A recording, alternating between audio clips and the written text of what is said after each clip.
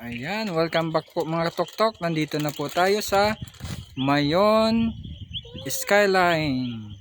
Ito po yung dating tinatawag na Mayon Rest House. Ngayon, Mayon Skyline na po ang tawag. Isa sa mga tourist spot ng Albay. Malapit na po ito sa crater. Ayan po, mabuti nga nagpakita si Mayon Volcano. Ayan po yung crater niya. Nagpakita. Madalas kasi ito kapag commercial shooting or vlogging or may mga bisita, hindi siya nagpapakita madalas may ulap. So ngayon, thankful tayo at nakarating tayo ng safe. Higit sa lahat, nagpakita si Mayon Volcano. So update po sa 360 po natin mga mga katuktok. Galing tayo ng 2nd district. So nandito pa rin tayo sa 1st district, from Legazpi City to another city, which is Tabaco City. So mayroong 3 city sa Albay. So ang sunod na dadaan ng city natin ay yung Ligao City, yung Sunflower Festival. So ngayon nandun po yun sa 3rd district. So after natin sa 3rd district, pupunta na tayo sa 2nd district ulit. We're in Legazpi City. Tapos magpapagas na po tayo at doon na natin makukompute kung magkano kaya yung nagastos natin sa gasolina. Ayan mga katuktok. Yan. So medyo ginabi na tayo mga pagdating dito. So hindi naman ganong matraffic except na lang sa Tabaco. So nag-stop over lang tayo mga katuktok, siguro mga 30 minutes, kaya ginabi tayo papunta dito. Kasi tawag nito, nag-vlog tayo, kumuha tayo ng isang shoot doon sa magandang malapad na kalsada na facing din sa Mount Mayon. So itong nakikita nyo mga katuktok, ayan na isla na yan, yung parang halos di na makita. Ayan yung nakikita natin na after dagat is San Miguel Island po yan, kung di ako nagkakamali, barangay ng Tabaco City. So sa likod po niyan, halos hindi na makita kasi gabi na at maulap na, except na lang kung maaraw at clear ang langit. Yan yung Catanduanes, naaninag ang Catanduanes dyan. So ngayon dito naman banda sa may kaliwa, kung hindi rin madilim at medyo maliwanag at walang ulap, naaninag din dyan yung isla ng Kamsur, yung Karamuan at Presentasyon. Isa rin sa may magandang beaches sa Bicol, itong Karamuan, White Beach ito Ayan, pinag-promote na natin yung Karamuan, maganda yan. Yun nga lang, kung galing ka ng Naga City papuntang Karamuan, it takes mga 6 hours straight or 5 hours straight sa bus bago makarating ng Karamuan. So ngayon luckily kasi kaya na ng Baylan, pwede na magpakaramuan ng Baylan. Dati kasi bangka yan 2 hours sa bangka. So ngayon, ayan mga katuktok, kunan natin.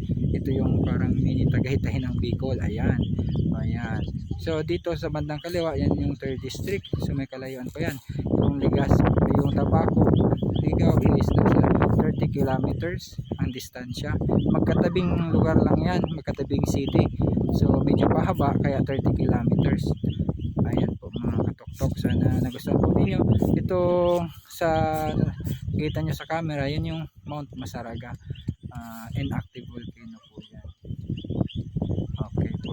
Tapos ngayon, ito rin yung sinasabi kong parang mini Tagaytay ng Bicol. Kasi yung klima dito siguro kung ano yung lamig ngayon sa Tagaytay, ganun din yung lamig dito ngayon or konti, or mas malamig lang ng konti dyan sa Tagaytay. Ayan. So ito yung paborito nating tambayan dati kung gusto natin magpalamig. Talaga ito kasing lugar na to is elevated to mga katuktok, elevated, kaya siguro ganun na lang kalamig dito.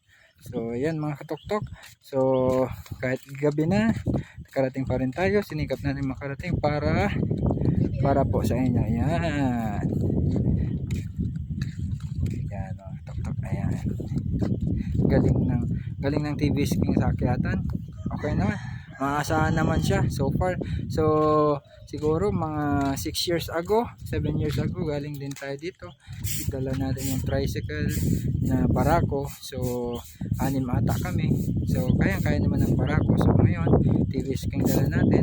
Dalawa lang kaming adult at isang baby, yung baby namin, at yung asawa ko, yan, kayang-kaya. Nasa third gear, second gear lang ang gamit natin para akyatin ito.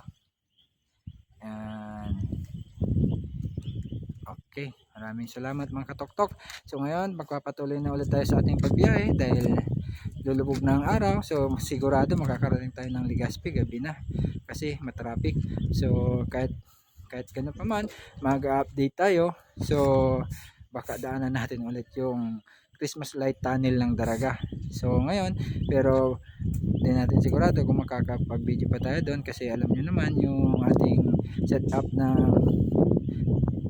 phone holder sa dashboard, sa windshield is dented siya, so hindi gaano nahagip ng camera, except na lang kung sipagan tong asawa ko kumuha ng video, so saka tayo makakakuha. So hanggang dito na lang muna, pause muna tayo mga katoktok at lipat na tayo. So kami na lang dito ang naiwan ng mga turista, nagsibabaan na lahat. So okay mga katoktok, Kayi, wave to daddy, say hi. Bye muna mga tok-tok.